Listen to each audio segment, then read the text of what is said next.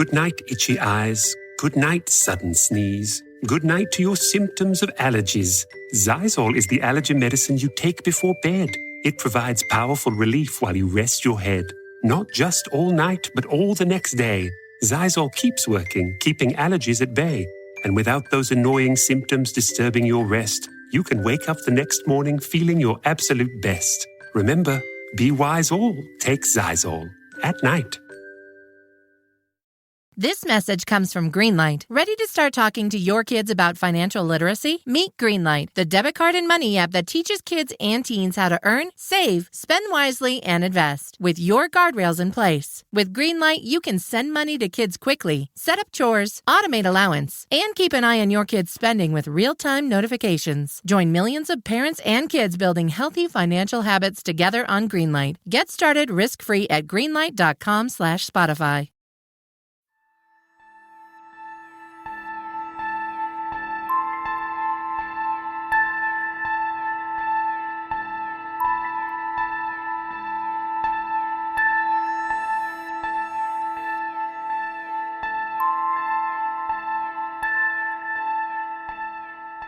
Sejam bem-vindos a mais um episódio de Cravo e Crimes, mais um podcast sobre True Crime, por que não?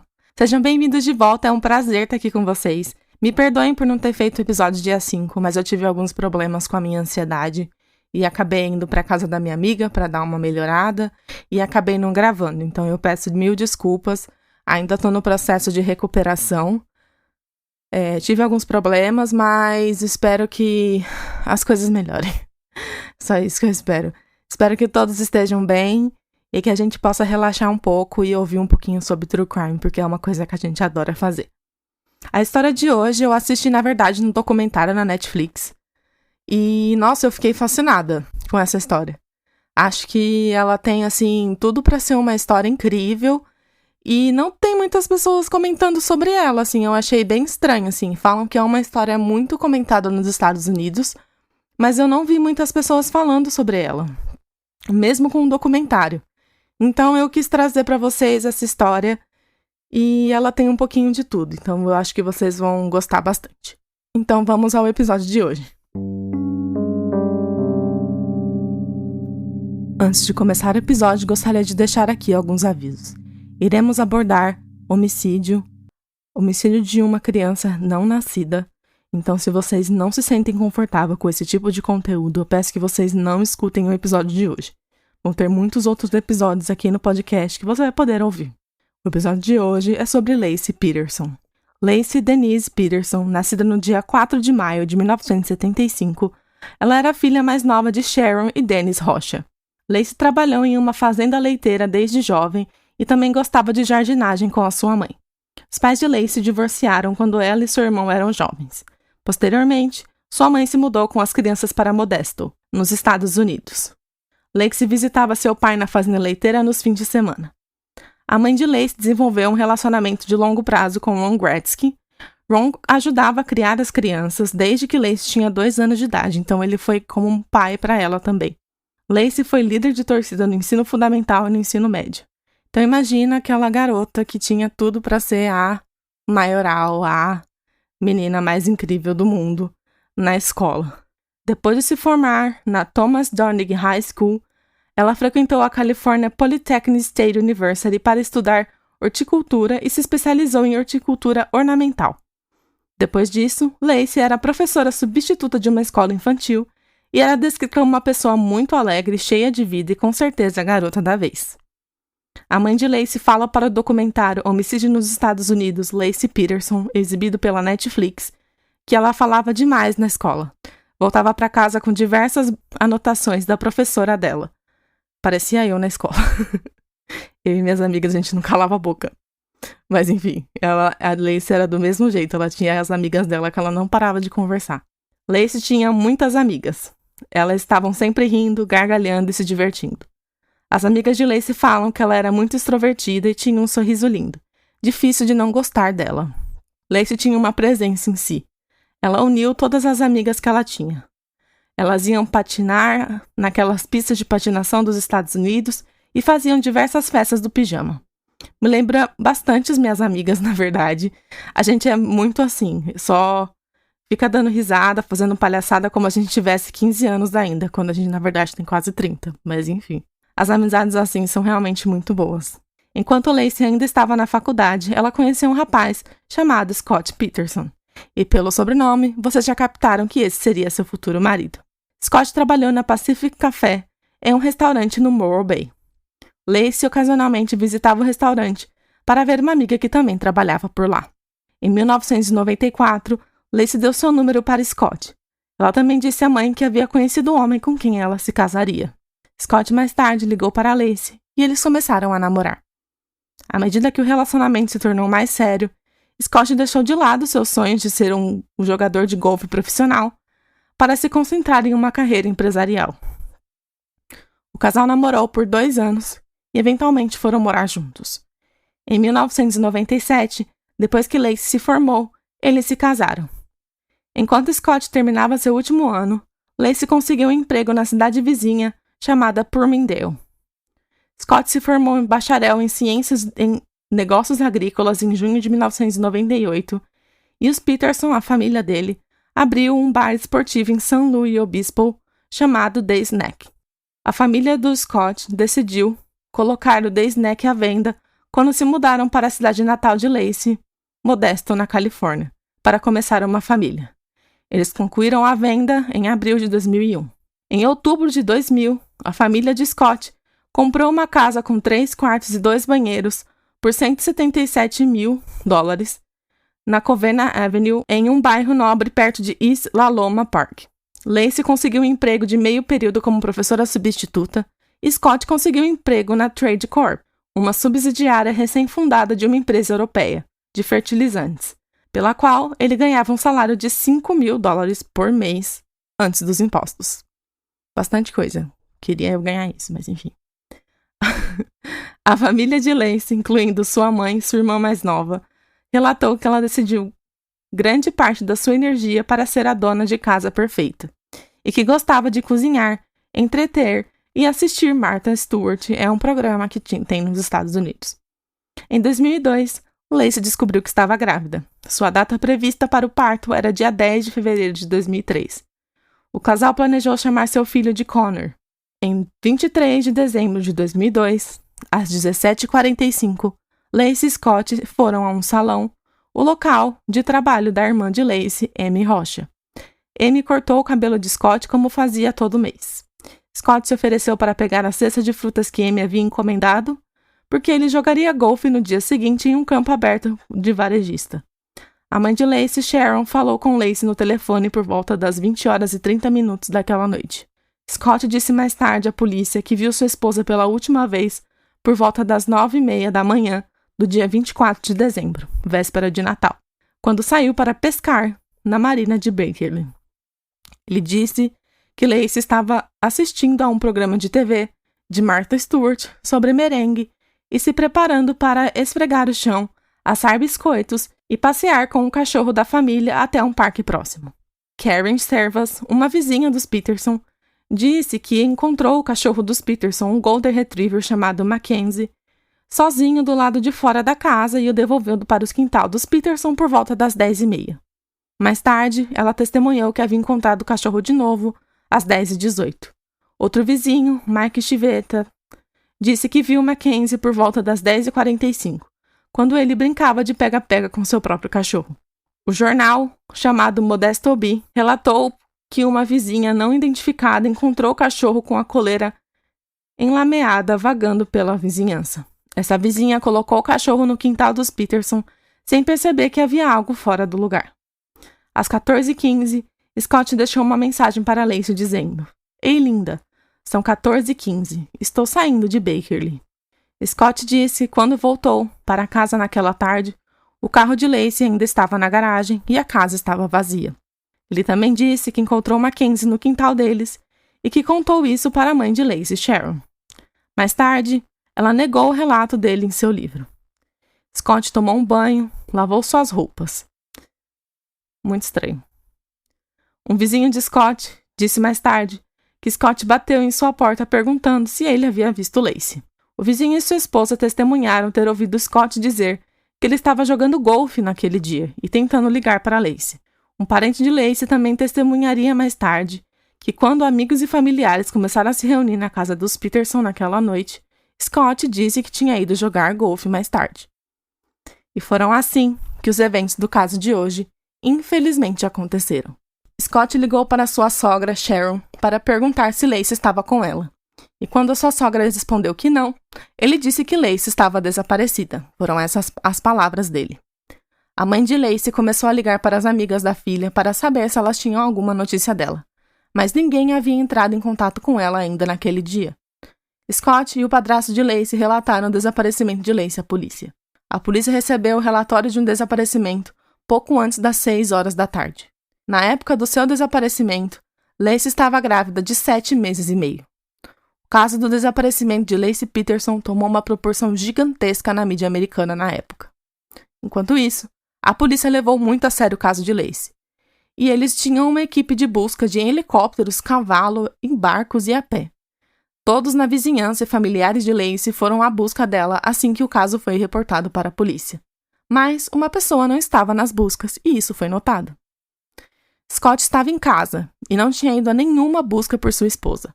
Todo mundo prestou atenção nesse detalhe, inclusive a polícia, e começou a investigar o marido de Lacey logo de cara. Estatisticamente falando, namorados e maridos são os maiores suspeitos em casos de desaparecimento e assassinato. A gravidez não só aumenta o risco de vitimização, mas também é a maior causa de morte de gestantes nos Estados Unidos.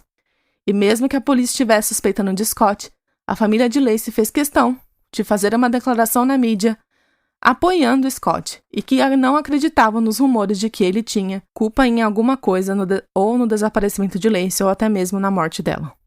Sharon, a mãe de Lacey, entrou em pânico logo de cara e ela foi procurar por Lacey no parque, porque Scott tinha dito que ela tinha planos de sair com o cachorro deles para passear naquele parque naquela manhã. Mas o cachorro, de acordo com os vizinhos, voltou sozinho com um guia e ficou andando pela vizinhança até uma vizinha colocar ele na frente da casa do casal. Ela andou pelo parque à procura de sua filha. Ela ficou preocupada, porque o caminho que Lacey faria para voltar para casa era bem escorregadio. Então ela ficou preocupada que sua filha pudesse ter caído e se machucado. Mas, infelizmente, nada relacionado a Lacey foi encontrado nesse parque. Enquanto isso, as amigas de Lacey estavam pela vizinhança perguntando se alguém tinha visto ela por ali naquela manhã. E ninguém tinha visto Lacey. As amigas de Lacey, então, fizeram panfletos de pessoa desaparecida e começaram a distribuir pelos postes ao redor da vizinhança e ligaram para a mídia para que mais pessoas soubessem do desaparecimento dela. O detetive que foi responsável pelo caso disse que, assim que ele chegou na casa dos Peterson, ele foi apresentado a Scott e fez perguntas de rotina para ele. Scott contou que foi pescar, o que é estranho porque ele falou para todo mundo que ele foi jogar golfe. Mas enfim, isso é uma coisa que não é certa. Ele fala uma coisa e depois fala outra. Enfim, já começa aí um problema. E que Lacey foi levar o cachorro deles para passear, que talvez iria ao mercado. E quando ele voltou para casa, ele não encontrou. Então, eles foram até a casa do casal para procurar evidências que poderia ter acontecido. E Scott os leva direto para o quarto do casal, onde ele mostra que a bolsa de Lacey ainda estava pendurada no cabide e que todos os documentos dela estavam na bolsa. Isso já é um alerta, porque significa que ela não saiu de casa por vontade própria. Scott leva os policiais até os carros para que possam ser revistados. E o detetive percebe que a garagem tem uma lona jogada e alguns guarda-sóis, aqueles que ficam no quintal de casa. Ele enfatiza para o detetive que ele estava pescando e até mesmo dá um bilhete do estacionamento do local que foi pescar. O detetive fala para Scott que ele precisava fazer perguntas para ele, porque ele é o marido de Lacey e a última pessoa que viu ela antes dela desaparecer. Então, eles precisavam fazer as perguntas para o descartar como suspeito. Então, eles o levam à delegacia e o detetive pede para Scott falar tudo o que tinha acontecido naquela manhã. Scott disse que, quando acordou, ela estava assistindo televisão, assistindo o programa favorito dela naquela manhã, Martha Stewart. Ele diz que ela estava assistindo alguma coisa relacionada à cozinha, como fazer um merengue. Scott disse que o plano dela era ir ao mercado e passear com o cachorro deles. E o plano dele era jogar golfe, mas como estava frio, ele decidiu ir pescar. Não entendi a lógica dele, mas enfim. Scott não faz muito sentido, gente, já vou avisando. Por volta das 10 horas da manhã, ele sai de casa e vai para a loja da família e pega o seu barco. Confere alguns e-mails e manda um e-mail para alguém. Então ele dirigiu até a marina de Bakerley, que fica a cerca de 145 quilômetros de Modesto. Ele navegou por 1,5 km e estava passeando por uma ilha. Depois, ele tira o barco da água, liga para Lacey, mas a mesma já não atende o celular. Então, às 2h15 da tarde, ele deixa uma mensagem de voz para ela. O mais estranho disso tudo, para mim pelo menos, é que ele se lembra de muitos detalhes, até demais. Na mensagem de voz, ele até fala o horário que ele estava ligando, o que me deixa com a famosa pulga atrás da orelha. Mas vamos continuar, que a história de hoje vai ser um pouco longa. Scott voltou para a loja, devolveu o barco e voltou para casa. O portão estava fechado, então ele abriu o portão e viu o cachorro deles dentro de casa correndo pelo jardim, ainda com a guia. Ele fala que as únicas coisas estranhas eram a guia e a porta que estava destrancada. Ele chamou por Lacey e percebeu que ela não estava em casa. Então ele assumiu que ela estava na casa da mãe dela. Então ele foi até a máquina de lavar, tirou a roupa e as lavou. Só as roupas dele e mais nada. O que é uma coisa que é muito estranha de se fazer. Por que ele iria lavar somente as roupas dele? Não faz muito sentido para mim e me causou mais uma pulga atrás da orelha. Depois, ele comeu uma fatia de pizza, bebeu um pouco de leite, tomou um banho rápido, só para depois ligar para sua sogra dizendo que Lacey havia sumido. Scott fala que depois ele ligou para as amigas de Lacey, pegou a lista telefônica para ligar para os hospitais para saber se Lacey estava em algum hospital. Mas a mãe dela liga e fala que eles já estavam fazendo isso e que eles iriam ligar para a polícia. Eles pedem para Scott checar com os vizinhos e ir até o parque. Então ele foi falar com os vizinhos. O primeiro vizinho, ele disse que foi jogar golfe. Quando ele voltou, Lacey não estava em casa. Quando os pais de Lacey chegam até a casa deles, ele diz que estava pescando. E eles ficaram um pouco surpresos porque ele havia dito que iria jogar golfe. O que já mostra aqui uma inconsistência no que Scott está dizendo para as pessoas com quem ele conversava. Parece que ele não consegue se lembrar se estava pescando ou jogando golfe. Outra coisa que é estranha é que ninguém sabia que ele tinha um barco, o que já é um alerta. No momento em que eu vi isso, eu só fiquei fazendo um checklist na minha mente de coisas estranhas e inconsistentes que eu achava no depoimento dele, até mesmo no seu comportamento. Ao perguntar se ele tinha algum problema no casamento, Scott respondeu que não, e que eles estavam casados fazia 4 ou 5 anos. Ficou na dúvida de quanto tempo eles estavam casados. O que muita gente achou estranho, mas ele é homem. Ele não ia lembrar quantos anos eles estavam casados. Isso eu não achei nada de muito estranho, assim. Durante a entrevista, o detetive responsável pelo caso falou que seria interessante Scott fazer um teste do polígrafo, só para descartá-lo como suspeito. E ele pergunta se o teste do polígrafo é preciso, o que é outra coisa meio estranha também de se perguntar. Scott é estranho no geral. Muito estranho. Ele faz muitas coisas esquisitas. Só quando o detetive responde que sim, que ele concorda em fazer o teste. Lembrando aqui que o teste do polígrafo não é um teste confiável e nada que Scott falar pode ser usado contra ele. Uma recompensa de $125 mil foi oferecida, mais tarde aumentada para $250 mil e finalmente para $500 mil, por informações que levassem o retorno seguro de Lacey. Cartazes, fitas azuis e amarelas e folhetos foram distribuídos. Familiares, amigos e voluntários montaram um centro de comando de Red Lion Hotel para atender ligações, registrar acontecimentos e circular informações. Mais de 1.500 voluntários distribuíram informações, trabalharam no centro de comando procurando por Lacey e realizaram vigílias à luz das velas com Scott por Lacey. Muitas pessoas mesmo se sensibilizaram com o desaparecimento de Lacey por ser ainda véspera de Natal e ela estar grávida de quase 8 meses. Durante as buscas por Lacey, uma das amigas dela fala que Scott sempre estava presente, mas que ele ficava fazendo piadas e ria, o que pode ser considerado uma forma de distração. Mas é meio estranho o marido da mulher que está desaparecida ficar fazendo piadinhas. Enquanto todos estavam se sentindo desorientados e totalmente abalados por uma busca por Lacey, Scott parecia terrivelmente tranquilo. Foi ficando cada vez mais sombrio e as buscas alcançaram uma área cada vez maior. O desespero foi ficando cada vez maior com o passar dos dias.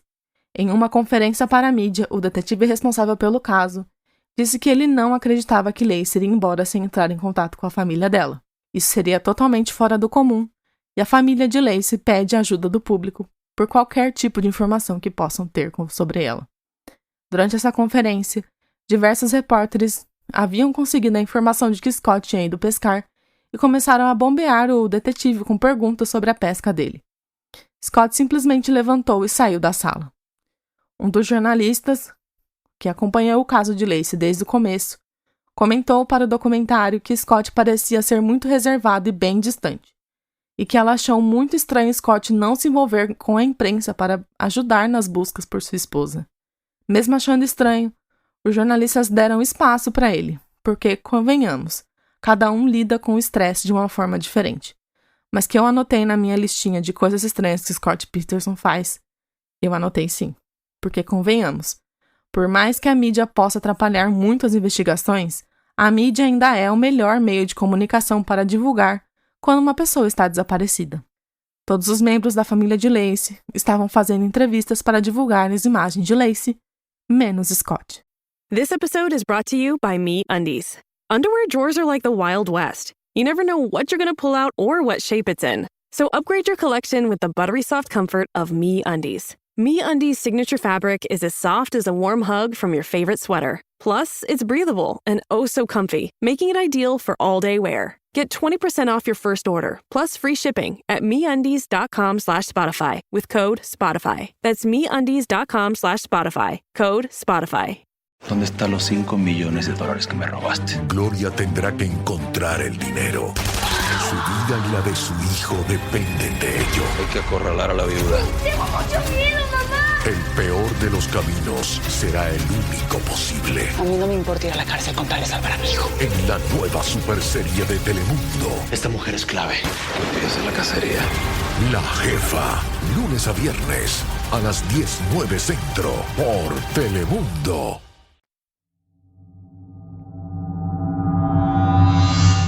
Scott Lee Peterson nasceu no dia 24 de outubro de 1972 em San Diego, na Califórnia. Ele é descrito como uma criança muito obediente, muito tranquila. Ele sempre teve muitos amigos, tirava boas notas na escola e quando ele se formou, ele decidiu fazer faculdade. Mas antes disso, ele começou a jogar golfe desde muito cedo. O sonho dele era se tornar um profissional. No final do ensino médio, ele era um dos melhores jogadores mirins de golfe em San Diego. Em 1990, ele ingressou na faculdade, onde ele tinha uma bolsa parcial de estudos por jogar golfe. Scott ficou desanimado com a competição considerável que Mickelson e o futuro profissional não identificado apresentavam. De acordo com Chip Coach, o pai de outro jovem golfista, Chris Coach, Scott foi tirado do time de golfe depois que Chip descobriu que Scott havia levado Chris para beber, enquanto Chris estava visitando Arizona para uma visita de recrutamento. Chip reclamou com o treinador de golfe da Arizona State, que posteriormente expulsou Scott do time. Scott foi transferido para Cuesta College e depois para a California Polytechnic State University. Inicialmente, planejando se formar em negócios internacionais, Scott finalmente se formou em negócios agrícolas. Os professores que ensinaram Scott o descreveram como um aluno modelo. Seu professor de agronegócio, Jim Arham, comentou: "Eu não me importaria de ter uma classe cheia de Scott Petersons." É descrito que quando Scott começou a sair com alguém, ele sempre era muito exibido, sempre mandava flores, saindo para jantar e passeando. De acordo com uma das amigas da faculdade de Lacey, no início da relação, ele até mesmo a levou para o México. Ele demonstrava muito amor, carinho, dava presentes, o famoso love bombing, que é quando alguém dá atenção e carinho de uma forma excessiva, normalmente no início do relacionamento, o que pode ser visto como apenas um gesto romântico de uma paixão avassaladora, tem perigo de ser potencialmente abusivo. E funcionou, porque Lacey estava muito apaixonada e empolgada por estar com ele. As irmãs de Scott falam que lembram do dia em que ele levou Lacey para conhecer a família dele. Disseram que eles a amaram de primeira. Ela era muito fofa e era muito alegre. Que Scott estava muito apaixonado por ela. A amiga de Lacey conta para o documentário sobre o caso que ela sentia muito sufocada de estar com a família de Scott. Eles tinham uma dinâmica diferente do que ela estava habituada. Scott era o filho único de Jack e Lee, enquanto os dois tinham outros filhos de outros relacionamentos. É descrito que ele era o favorito dos pais, porque ele era o único filho do casal. Mas apesar de se sentir sufocada, eles a receberam como uma filha. Com o passar do tempo, Lacey comentava esporadicamente que queria se casar. E o noivado dos dois aconteceu meio que do nada. Eles noivaram na sala da casa dela, o que foi bem diferente do que Scott costumava fazer. Quando eles casaram, eles ainda estavam estudando, e o dia do casamento foi absolutamente perfeito. Lacey estava radiante e muito feliz. Pelas fotos que apareciam no casamento dela, ela estava muito feliz por estar casando com um homem que ela pensava ser o cara certo para ela. As amigas de Lacey falam que depois que eles voltaram para Modesto, Scott não era muito de falar. Elas sabiam que estava acontecendo entre os dois pela Lacey. E ela sempre estava feliz e falava bem dele. Então, para as amigas era o suficiente, ver sua amiga feliz. Mas as coisas não estavam tão bem assim. Lacey era doida para ser mãe. Era um sonho dela, e ela queria engravidar. Ela ficava perguntando para a mãe dela como era ficar grávida, e um certo dia, Sharon fala que Lacey ligou chorando, dizendo que ela queria muito ter um filho, e Scott não queria. Mas depois de 6 meses, Lacey disse para a mãe que eles estavam tentando. E ela perguntou à filha como, já que ele não queria. E ela apenas disse que ele simplesmente mudou de ideia e agora ele queria. Depois de tentar por algum tempo, Lacey finalmente conseguiu. Ela tinha engravidado. Durante a gravidez, Scott não se mostrou muito animado com a ideia de chegar uma criança na casa. Mas acredito que Lacey realmente acreditava que lá no fundo, ele estava tão animado quanto ela. Embora os detetives não tenham considerado o caso inicialmente suspeito, eles suspeitavam de crime quase imediatamente. E ficaram cada vez mais desconfiados de Scott à medida que continuavam sua investigação sobre o desaparecimento de Lacey. O detetive responsável pelo caso disse à ABC News em 2017: "Eu suspeitei de Scott quando o conheci. Não quis dizer que ele fez isso, mas fiquei um pouco surpreso com o comportamento calmo e tranquilo e a sua falta de questionamento. Ele não disse: 'Você vai me ligar de volta? Posso pegar um dos seus cartões? O que vocês estão fazendo agora?'" O detetive descreveu ainda o comportamento de Scott como uma estranha combinação de educado e arrogante, indiferentemente distante, impacientemente irritável. Ele simplesmente não parecia um homem que estava arrasado, ou mesmo muito perturbado pelo desaparecimento e possível morte de sua esposa. A família de Lacey defendeu Scott, descrevendo que ele e Lacey eram um casal ideal. Só que tudo meio que começou a desmoronar. A partir do momento que Scott se nega a fazer o teste de polígrafo. O pai dele o aconselhou a não fazer o mesmo. A mãe de Lacey fala para o documentário que Scott sempre estava se fazendo de ocupado. Parecia que estava tentando se esquivar de ter alguma conversa, mas ela chegou um dia, puxou ele pelo braço e disse que eles precisavam conversar. Sharon pediu para que ele contasse tudo o que tinha acontecido na manhã na véspera de Natal. Ele não prolongou muito, contou o que nós já sabemos.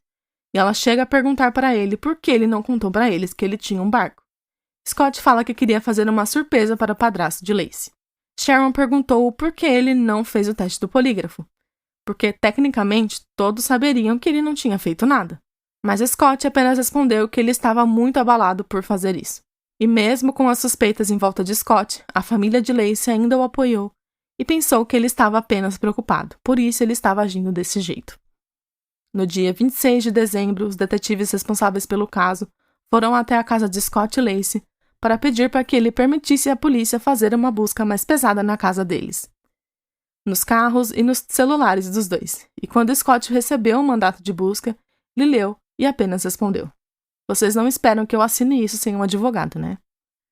O que ele não está errado. Acho que é sempre bom consultar um advogado para saber quais são seus direitos. Mas para um marido que deveria estar desesperado e faria qualquer coisa para ter sua esposa de volta, Scott não estava desempenhando bem esse papel. Depois dessa conversa, Scott acabou concedendo que os policiais fizessem a busca na casa dele e a polícia passou 2 dias. De acordo com a perita, havia poucos indícios de que algo incomum tivesse acontecido na casa. Além da casa, ao investigar o computador de Scott, eles viram que no dia 8 de dezembro, depois de comprar o barco, ele pesquisou sobre a maré da marina de Bakerley, não sobre os peixes ou sobre como estrear um barco. O que é um pouco estranho. Só que as coisas ficam mais estranhas ainda, porque no barco, que foi achado no depósito, eles viram Scott tinha feito âncoras caseiras. Aquelas que você faz com um balde mesmo, mas não só uma, ele fez várias. Outra coisa foi que no barco acharam um alicate com fio de cabelo escuro. Então a polícia levou o barco para uma perícia mais detalhada. Enquanto isso, com a atenção gigantesca que o caso de Lacey havia recebido pela mídia, a polícia recebeu mais de 11.000 pistas, e eles tinham uma equipe somente para seguir essas pistas. No 6º dia de investigação, um dos detetives responsáveis pelo caso estava passando pelas pessoas que estavam recebendo as pistas por telefone. Quando viram uma dessas pessoas que estava digitando, uma mulher disse que Scott Peterson era seu namorado, que eles estavam namorando fazia alguns meses e que conversavam por telefone todos os dias. O detetive, como todos vocês devem estar, ficou chocado com a revelação e pediu para falar com a mulher. O nome dela é Amber Frey, e essa era realmente a namorada de Scott. Ou seja, sim, senhoras e senhores, ele estava tendo um caso com outra mulher e conversando com ela todos os dias, mesmo depois do desaparecimento de sua esposa. Amber conta para o documentário que uma amiga dela apresentou Scott a ela e disse que ele era engraçado, extrovertido e que ele estava procurando a pessoa certa para ele. Eles então começaram a conversar por telefone. Ele disse para ela que morava em Sacramento e que, pelos horários de trabalho dele, ele ia para Bakersfield e voltava. Então, ela estava no meio do caminho para ele. Amber fala que ele se interessou pela vida dela e pela filha dela e que ele era muito bonzinho com a filha. Entre as conversas deles, Amber chegou a perguntar se Scott já tinha sido casado antes, e ele negou. Perguntou se ele queria ter filhos e ele respondeu que não, que nunca quis ter. Esse sem vergonha chegou a dizer que a filha de Amber seria o suficiente para ele. Vocês acreditam nisso? Nossa, eu fiquei tão brava na hora que eu ouvi isso. Falei, nossa, coitada da Lacey. Meu Deus. Só que fica pior, meus queridos. Scott é pego por um dos seus amigos de trabalho e ele disse que era melhor ele contar para Amber que ele era casado ou ele contaria.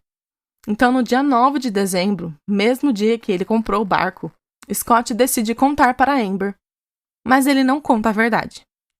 Ele fala para ela que ele tinha mentido sobre ser casado, na verdade ele foi casado, perdeu a esposa e esse seria seu primeiro fim de ano sem ela.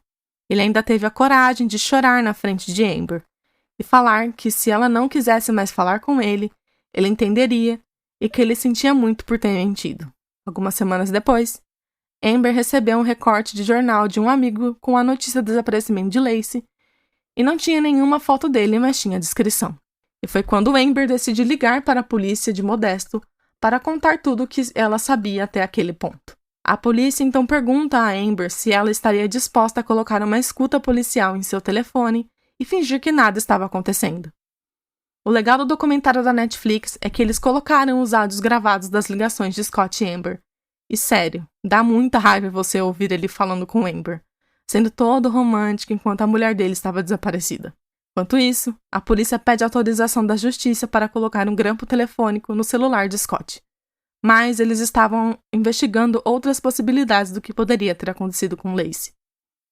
A casa dos vizinhos de Lacey foi roubada teoricamente no dia 24 de dezembro, que seria o mesmo dia em que Lacey sumiu. Então a polícia também seguiu essa linha de investigação. Em determinado momento, eles encontram os suspeitos, Steven Todd e Donald Pierce. Eram criminosos locais que roubavam para manter um vício em narcóticos. E quando eles descobriram que, além de estarem sendo investigados pelo roubo, mas estavam sendo acusados de participarem do possível sequestro de Lacey Peterson, a cooperação com a polícia mudou de um jeito que raramente acontece nas investigações de roubo. Os dois falaram que eles roubaram a casa, mas que eles não tinham nada a ver com o desaparecimento de Lacey. Os dois ladrões imploraram para fazer teste de polígrafo para provar que eles não tinham nada a ver com o desaparecimento. Existe um código na prisão entre os criminosos que não se deve mexer com crianças e mulheres vulneráveis. Então, eles queriam provar não só para a polícia, mas para a cadeia em si, que eles não participaram do possível sequestro de Lacey. Eles passaram pelo teste de polígrafo, o que não quer dizer muita coisa, e a polícia conseguiu recuperar os itens roubados na casa dos vizinhos, e não tinha nada relacionado a Lacey entre os pertences encontrados. Para a família de Scott, os ladrões tinham sim a ver com o desaparecimento de Lacey, Para eles, é a única explicação. Para manter a inocência de Scott, a família dele teve que apoiar teorias improváveis sobre a incompetência dos investigadores e sobre como eles acham que os ladrões são responsáveis pelo sumiço de Lacey. Uma das coisas que os detetives descobriram foi que Lacey andava desmaiando de vez em quando, que seus pés estavam doendo bastante e que ela não deveria andar muito, o que contradiz o que Scott estava dizendo que Lacey foi passear com o cachorro deles na manhã do seu desaparecimento. Sharon, a mãe dela, disse que depois dela vomitar ao ir ao parque, ela parou de caminhar ou pelo menos reduziu a frequência depois de ir ao médico. A história que Scott estava contando começou a não fazer sentido para os investigadores e para a família de Lacey. E para piorar, Scott não fez o teste de polígrafo, não respondia às perguntas dos policiais, não liberava o acesso à casa deles. Scott impossibilitou o que os investigadores o descartavam como um suspeito. A polícia tinha diversas provas circunstanciais de que Scott estava enganando eles, mas nada além disso. Então a polícia chama Scott para prestar mais um depoimento. Eles não fazem muitas perguntas, mas eles mostram a ele uma foto dele de Amber em uma festa de Natal, e ele pega a foto e fala: "Não acha que sou eu aqui, acha?" O que, primeiro, me irritou. Segundo, ele acha que a polícia é idiota. Sério, Scott, melhore. E fica por isso mesmo. Até alguns dias depois, Scott liga para Amber e confessa que ele não estava viajando como ele havia dito para ela. E sim, porque ele era casado e sua esposa estava desaparecida.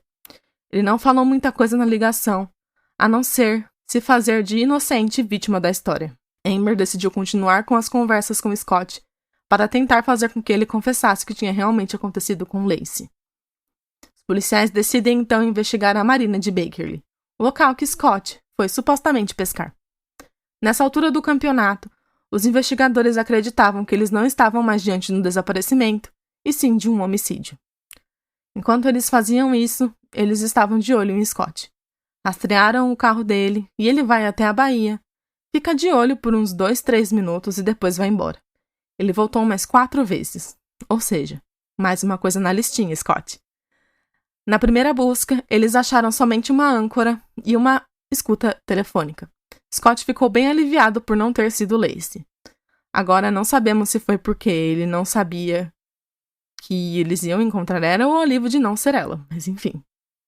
Dias depois, as fotos de Scott e Amber acabaram vazando para a mídia. E vocês podem imaginar o caos que isso se tornou. A polícia foi avisada que em 1 hora eles iriam publicar a matéria sobre Scott ter uma amante. Então os investigadores chamaram a família de Lacey para a delegacia para contar o que eles tinham descoberto até o momento. Sharon, a mãe de Lacey, disse para o documentário que ela estava incrédula que Scott poderia ter feito algo com o desaparecimento de Lacey. Mas depois que ela soube da traição, só confirmaram as suspeitas que ela começou a ter. A família de Lacey lança um comunicado para a imprensa que eles pedem para que Scott conte tudo o que ele sabe e colabore totalmente com a polícia de Modesto. A mídia, como vocês podem imaginar, ficou louca com a notícia do caso de Scott e Amber. E lógico que foram atrás dela para que ela falasse algo sobre o caso extraconjugal dos dois. Então, depois de ligar para os detetives, Amber faz uma conferência com a mídia para dar seu depoimento sobre o que ela sabia. Ela começa dizendo que conheceu Scott no dia 20 de novembro de 2002. Ela disse que foi apresentada a ele e que ele e outras pessoas haviam lhe dito que ele era solteiro. Amber disse que sente muito pela família de Lacey e pelo sofrimento que isso causou a eles. Ela reza para que Lacey volte para casa em segurança. Então Scott lança mais uma que me deixou assim passada. Ele liga para Amber e fala que ele estava muito orgulhoso dela, que ela tem um caráter incrível. Sério, não tô mentindo. Não, Scott cada vez melhora. Não, ele é um nível assim que vocês não acreditam.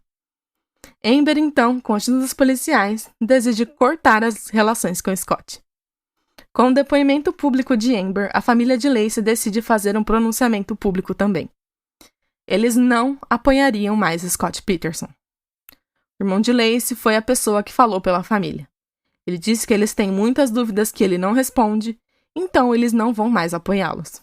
E para muitos, esse foi o ponto que a maioria das pessoas se voltaram contra Scott.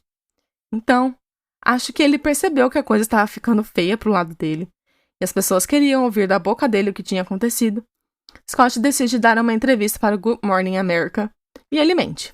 Ele fala que contou para a polícia que no dia 24 de dezembro, no dia do desaparecimento de Lacey, que ele estava tendo um caso com Amber. O que é mentira, porque a polícia só descobriu porque Amber ligou para eles. Scott disse na entrevista que ele contou para Lacey sobre o caso que ele estava tendo e que ele disse que Lacey não ficou brava nem nada. Olha, Scott, você acha mesmo que as pessoas vão acreditar que você contou para sua esposa que você estava traindo ela e que ela não ficou brava? Pelo amor de Deus, querido. Tá difícil te ajudar aqui. E claro que essa entrevista foi um tiro no próprio pé dele, porque convenhamos, né? E pela primeira vez, Scott convida os repórteres que estavam na frente de sua casa para dar uma entrevista. Ele não falou nada de que agregou, só disse que ele não tinha nada a ver com o sumiço de Lacey e que falar sobre sua amante não era relevante para o caso. Que ele queria que as pessoas estivessem procurando por Lacey. Scott não conseguia dizer, em uma das entrevistas, o que amava em Lacey. Olha, fica cada vez mais complicada a situação para ele. Então a polícia conseguiu, com a justiça, outro mandato de busca e apreensão na casa de Scott e Lacey. Lá, eles viram a casa numa bagunça tremenda. Ele havia movido móveis, não havia respeito nenhum pelas coisas de Lacey. Scott havia vendido o carro dela, fez consultas para vender a casa e pior, eu acho, foi que o quarto bebê havia mudado drasticamente. Scott estava usando o quarto do filho como um depósito de coisas indesejáveis. Pelo que a perita disse, não parecia uma casa de uma pessoa que estava esperando sua filha que seu filho voltassem. No dia 13 de abril de 2003, 2 pessoas, passeando com seu cachorro, encontraram o corpo de um feto masculino em uma planície na maré na costa da Baía de São Francisco no Parque Point Isabel Regional Shoreline de Richmond. No dia seguinte, o corredor avistou um torso humano ao longo da costa de Point Isabel, aproximadamente 1,5 km de onde o corpo do feto foi encontrado. Em 18 de abril de 2003, testes de DNA verificaram que os corpos eram de Lacey e de seu filho Connor. A autópsia em ambos os corpos foram realizadas pelo patologista forense Dr. Brian Peterson, sem parentesco nenhum com o Scott. Embora o juiz tenha selado os resultados da autópsia, uma fonte anônima da Associated Press revelou que o corpo de Connor tinha decomposição leve, mutilações do lado direito e um pedaço do cordão umbilical enrolado em seu corpo. A fonte das mutilações e como o cordão umbilical se enrolou no corpo de Connor não puderam ser determinadas conclusivamente. O corpo de Lacey estava inchado, faltando a cabeça, os braços, as pernas e os órgãos internos estavam severamente decompostos. A autópsia revelou que Lacey tinha 2 costelas quebradas e seu útero e colo do útero estavam intactos. Nem a data de morte de Lacey, nem as costelas quebradas ocorreram pós-morte. Puderam ser determinadas conclusivamente. A cabeça e os membros faltantes levaram a rumores de que Scott havia desmembrado Lacey de antemão, mas o Dr. Peterson não encontrou incisões feitas por humanos. O Dr. Peterson e patologistas forenses estaduais testemunharam que os órgãos perdidos e a desarticulação eram consistentes com o corpo pesado, nos pulsos e nos tornozelos submerso em água do mar por vários meses. A cabeça, os braços, as pernas de Lacey nunca foram recuperados. O Dr. Peterson concluiu que Connor, o bebê, havia morrido pelo útero e o seu corpo foi expulso pelo cadáver em decomposição de Lacey quando a pele sobre a cavidade abdominal se rompeu devido a processos naturais de decomposição. A água do mar entrou na cavidade abdominal e lavou a maioria dos órgãos internos de Lacey, incluindo Connor. Em abril de 2003, detetives prenderam Scott Peterson no Torrey Pines Golf Course, em La Jolla, quando ele estava se encontrando com o pai e o irmão para jogar um golfe.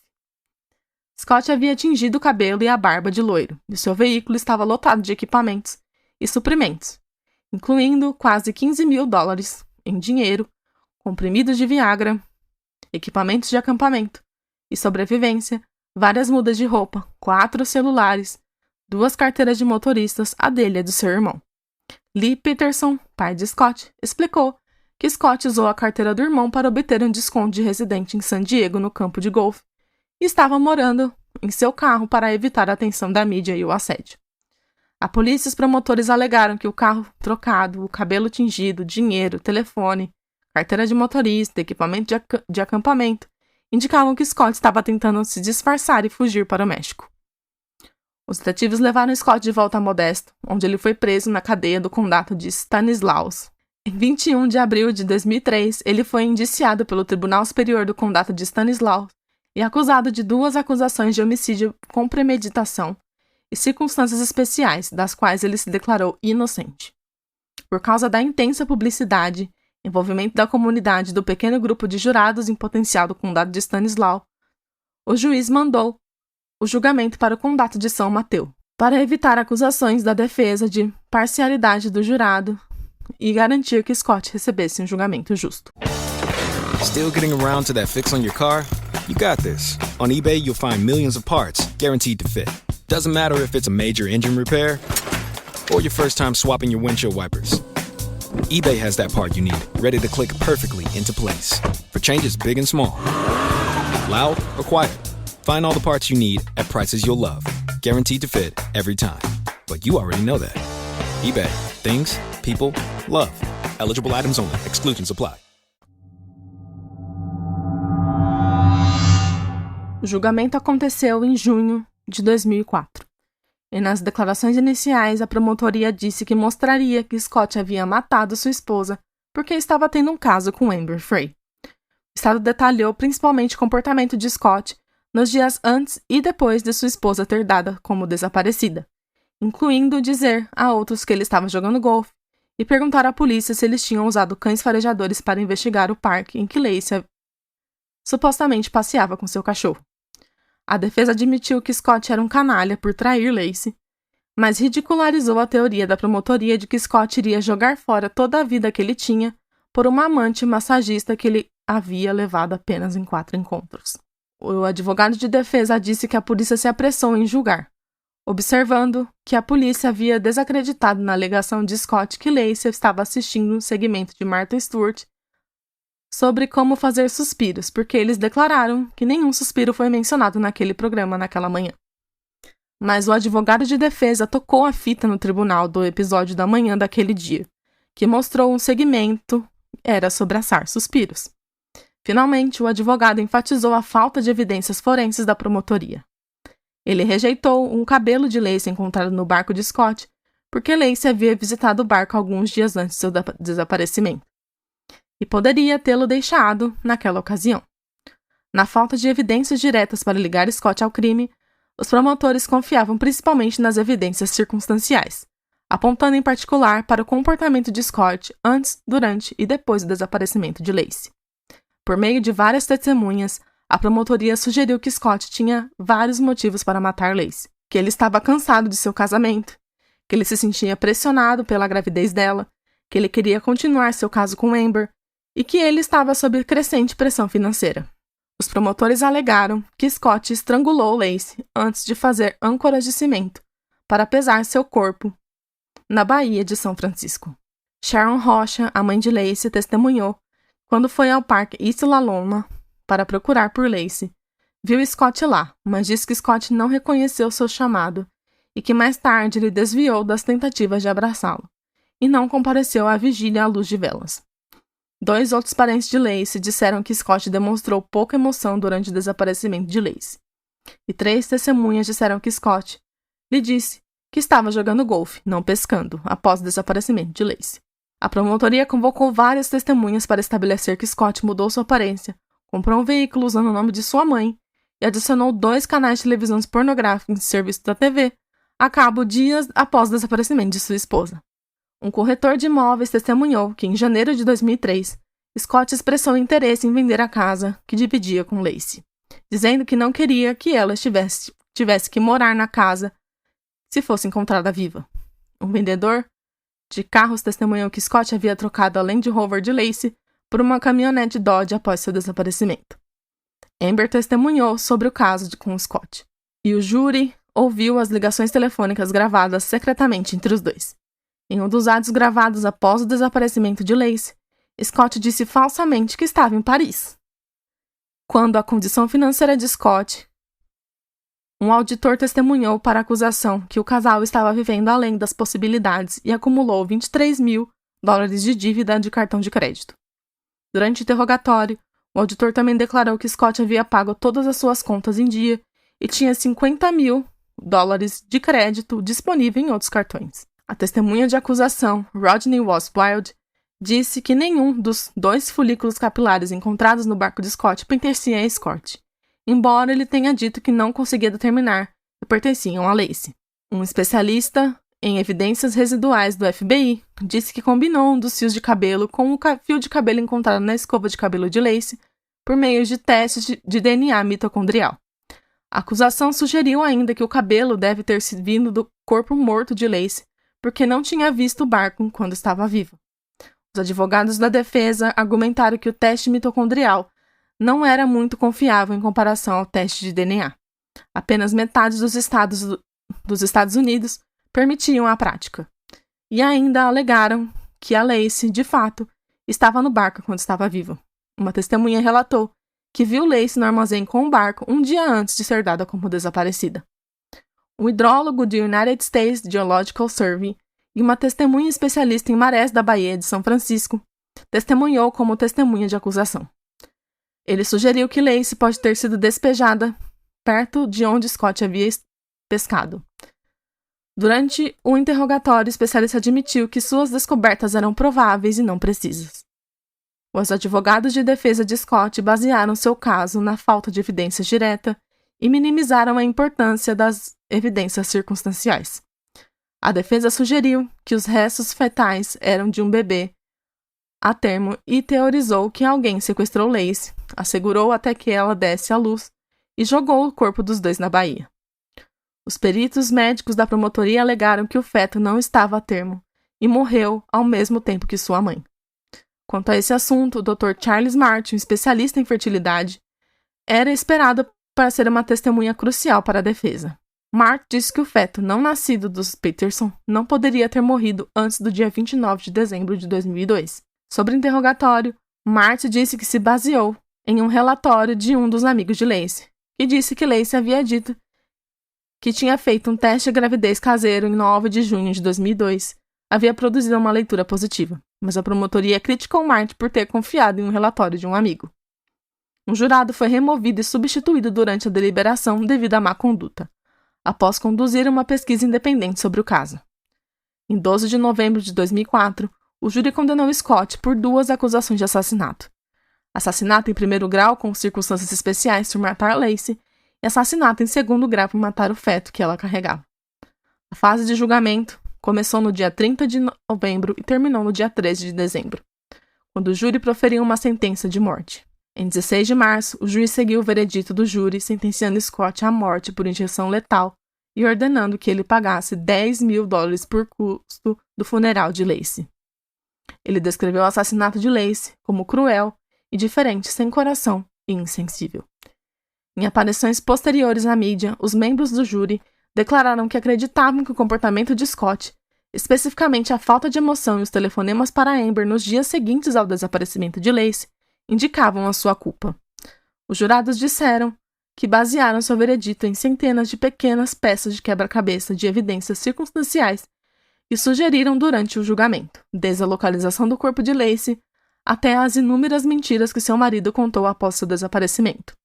Em 21 de outubro de 2005, um juiz decidiu que os lucros da apólice do seguro de vida de $250.000 que Scott fez para Lacey iriam para a mãe de Lacey. Isso foi reafirmado pelo Tribunal de Apelações do 5º Distrito em 31 de outubro de 2007. Scott chegou na prisão estadual de San Quentin nas primeiras horas da manhã na quinta-feira do dia 17 de março de 2005. Foi relatado que ele não dormiu na noite anterior, estando muito agitado para dormir. Ele se juntou a mais de 700 outros presos na única unidade de corredor da morte da Califórnia durante o processo de apelação. O recurso automático de Scott para sua sentença de morte foi protocolado pela Suprema Corte da Califórnia no dia 5 de julho de 2012. No dia seguinte, o advogado de Scott apresentou um memorando de 423 páginas, constatando a sentença, argumentando que a publicidade em torno do julgamento, decisões probatórias incorretas e outros erros privavam Scott de um julgamento justo. O gabinete do Procurador-Geral de Estado apresentou seu memorando em resposta no dia 26 de janeiro de 2015. A defesa apresentou uma resposta do memorando do Estado em julho de 2015, alegando um cão certificado que detectou um cheiro de Lacey na marinha de Bakerley falhou em 2/3 de testes de condições semelhantes. Em junho de 2020, a Suprema Corte da Califórnia ouviu os argumentos sobre o recurso direto de Scott. Em 24 de agosto de 2020, a decisão de 7-0, Suprema Corte da Califórnia confirmou a condenação de Scott, mas anulou sua sentença de morte. O tribunal concluiu que o juiz de primeira instância de Scott havia demitido indevidamente jurados que se opunham à pena de morte sem perguntar se eles poderiam deixar suas opiniões de lado. A juíza explicou que, de acordo com as decisões da Suprema Corte de 1968, os jurados não podem ser desculpados apenas por optarem a pena de morte, mas apenas por opiniões que os tornam incapazes de considerar de forma justa a imposição dessa pena de acordo com seu juramento. Este é o significado garantido de júri imparcial. Os promotores inicialmente declararam que tentariam novamente a fase da pena, mas posteriormente reverteram essa decisão no junho de 2021. Em 22 de setembro de 2021, a juíza da Corte Superior da Califórnia decidiu que Scott seria sentenciado novamente à prisão perpétua sem liberdade condicional. No mês seguinte, o juiz agendou a audiência sobre o assunto para o 8 de dezembro e sentenciou Scott novamente à prisão perpétua sem possibilidade de liberdade condicional pelo assassinato de primeiro grau de Lacey e uma sentença simultânea de 15 anos de prisão perpétua pelo assassinato em segundo grau de Connor. Em outubro de 2022, Scott foi transferido para o Corredor da Morte de São Quentin para a prisão estadual de Mule Creek, na Califórnia. Em 12 de março de 2024, Scott compareceu a uma audiência de status em Redwood City que havia sido concedida por um juiz do condado de São Mateus em resposta a uma solicitação do LA Innocence Project, uma organização de advocacia jurídica sem fins lucrativos que aceitou o caso de Scott Peterson 2 meses antes. O projeto disse que tinha novas evidências do julgamento e o projeto disse que apoiariam as alegações de inocência de Scott. Em 23 de abril de 2024, a promotoria rebateu a nova pressão dos testes de DNA, descrevendo-os como desnecessários. Ele observou que Scott Peterson havia mentido sobre as circunstâncias que cercam o assassinato de sua esposa e que tais testes de DNA já haviam sido feitos em 2013 e novamente em 2019. Em maio de 2024, o juiz deferiu a moção de Scott para permitir testes de DNA em um único item de evidência, um pedaço de fita adesiva encontrado nas calças de Lacey durante a sua autópsia, enquanto rejeitou todos os outros pedidos de testes adicionais. Novos testes em uma peça-chave de evidência, um colchão recuperado de uma van incendiada usado num assalto perto da casa dos Peterson em Modesto, não foram concedidos.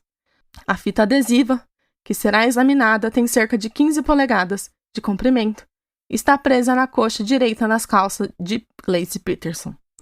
Ela foi testada em 2013, mas Hill decidiu que os avanços tecnológicos para o pedaço ainda menores de DNA podem produzir resultados anteriormente inatingíveis. De acordo com o advogado de Scott, uma seção de fita adesiva foi dobrada sobre si mesma, passou por teste de DNA e a presença de DNA humano foi encontrada, mas nenhum perfil de DNA pode ser obtido. A chave para os esforços do Innocence Project em testar novamente as evidências no caso Peterson é a van roubada que foi incendiada em 25 de dezembro de 2002 em Modesto, um dia após o assalto na residência perto da casa dos Peterson. Dentro da van havia um colchão que um dos investigadores disse que pareciam ser manchas de sangue. O Innocence Project alega que tem evidências do dono da van que foi encontrada a 1,5 km da casa dos Peterson, mostrando que não havia um colchão dentro antes de ser roubado. O promotor, Dave Harris, disse que a equipe dos Peterson estava buscando uma reforma e que não era justo com a família da vítima que ficou traumatizada. Ele argumentou que os testes não mostravam sangue no colchão e que a defesa não tinha nenhuma evidência real. Foi concordado com os promotores em negar os testes de colchão e os outros 12 itens enviados pelo Innocence Project. A juíza decidiu que o colchão não mostrou sinais de sangue quando foi testado em 2019. Também rejeitou os testes de um martelo, luva de trabalho recuperados no roubo perto da casa dos Peterson, bem como o conteúdo de uma bolsa da Target encontrada perto do corpo de Lacey e uma lona preta. A diretoria executiva do Innocence Project disse que o juiz que a condenação de Scott de 2004 foi baseada inteiramente em evidências circunstanciais, sem arma do crime, sem testemunhas, sem determinação de causa, hora ou data da morte. Ela argumentou que a nova tecnologia poderia produzir provas de DNA, chamando o teste de acéfalo neste caso. Então, antes de terminar o episódio, queria deixar aqui uma instituição para homenagear a nossa vítima de hoje, Laci Peterson. Eu estava pesquisando alguma organização que abordasse o tema principal desse episódio, que foi violência contra a mulher, e eu achei o Tamo Juntas, assessoria multidisciplinar gratuita para mulheres em situação de violência. É uma organização não governamental sem fins lucrativos, fundada em maio de 2016 em Salvador, no estado da Bahia. Elas são uma organização feminista, composta por mulheres profissionais que atuam voluntariamente na assessoria e assistência multidisciplinar a mulheres em situação de violência e possui voluntárias em diversas regiões do Brasil. Assim, a organização atua politicamente com incidência local e nacional na perspectiva de denunciar e combater a violência contra as mulheres em diversos níveis, fundamentando seus princípios, posturas e práticas na perspectiva feminista, antirracista, anticapitalista e anti-LGBTIQI-fóbica. Então, gostaria de deixar aqui com vocês, como sempre, o link das doações para Tamo Juntas, para que quem tiver interesse em doar ou saber mais sobre a luta delas. Como eu sempre deixo, o link está disponível na descrição, junto com as referências. Então é isso. Espero que vocês tenham gostado do episódio de hoje. Esse caso é até que bem comentado lá fora, mas não muito comentado aqui no Brasil. Resolvi trazer esse caso porque eu, quando assisti o documentário sobre o caso, fiquei em dúvida se eles tinham provas o suficiente para condenar Scott. Eu sei, ele parece ser culpado. Mas não tinha prova forense de fato que conectasse ele ao caso de Laci. Eu fiquei bem na dúvida, ele não demonstrou nenhuma emoção em relação ao desaparecimento de Laci em momento nenhum. Ele traiu Laci e ele mentiu o tempo todo. E tudo é muito suspeito. Mas o que vocês acham? Vocês condenariam Scott mesmo com provas circunstanciais? Geralmente não se condena pessoas com provas circunstanciais, mas como o caso repercutiu muito nos Estados Unidos, acredito que isso influenciou muito na condenação de Scott. A violência contra a mulher é um assunto que eu sempre gosto de trazer, porque é a nossa realidade.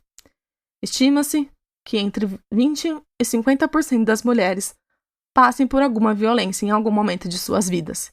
Isso é um dado muito preocupante e devemos nos proteger e ficar atentos à nossa volta. Se você ou alguém que você conhece está sofrendo algum tipo de violência, por favor, denuncie para o 180. Enfim, é isso. Não se esqueçam que estamos nas redes sociais. Estamos no Instagram, no Twitter e no Facebook. Geralmente eu tô sempre lá no Instagram, postando alguma coisa relacionada ao podcast. Inclusive que a gente ficou no top 50 dos podcasts de True Crime no Spotify. O que eu fiquei muito feliz de verdade, de a gente estar lá de novo. Foi muito legal eu ver isso, foi uma coisa muito incrível. Então eu queria agradecer vocês muito por isso. E eu postei lá que a gente ficou no posição 47, eu acho. E queria só agradecer. Eu coloquei um textinho lá e agradeci vocês, como sempre. Então, eu sempre acabo postando alguma coisa ali no Instagram. Então, sigam as nossas redes sociais para vocês ficarem por dentro de tudo que acontece aqui no podcast. Outra coisa que eu queria deixar aqui, como sempre, é o link de solicitações de caso. Por enquanto, eu faço casos que eu vou vendo por aí, em documentário ou na minha lista que eu tenho. Então, se vocês têm interesse em algum caso que vocês queiram que eu cubra aqui no podcast, é só mandar um e-mail para mim no cravoecrimes@gmail.com, no link de solicitações ou até mesmo no Instagram na DM, que eu com certeza faço por vocês. Bom, espero que vocês tenham gostado do caso de Laci Peterson. Não se esqueçam de se inscrever nas plataformas que vocês escutam para que vocês não percam nenhum episódio do nosso podcast.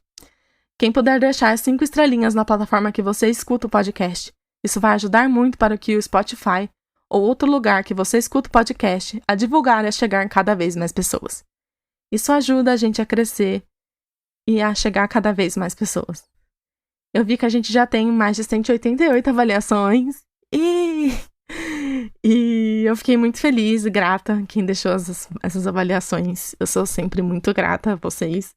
Nós chegamos a 60 mil reproduções e estamos com 1.500 seguidores do Spotify. Então eu queria agradecer muito, muito mesmo a todos que escutam. São 2 anos aí que o podcast surgiu meio que do nada, sem muita divulgação, sem muita euforia, muita coisa assim. E vem crescendo aos poucos e eu quero agradecer muito a vocês por esse carinho. Queria agradecer mais uma vez as mensagens que vocês deixaram no episódio de volta. Eu me senti muito acolhida e eu me senti muito, muito feliz mesmo pelo carinho que vocês têm por mim e por toda a força que vocês estão me dando. Sério, isso ajuda muito mesmo, vocês não têm noção. Então, muito obrigada mesmo. Compartilhe com seus amigos, ajudem o podcast a crescer cada vez mais. Eu estou sempre aberta a conversar com vocês mais sobre os casos que eu contei aqui no podcast. Não se esqueçam que temos episódios novos todos os dias 5 e 20 do mês. Se cuidem e até a próxima.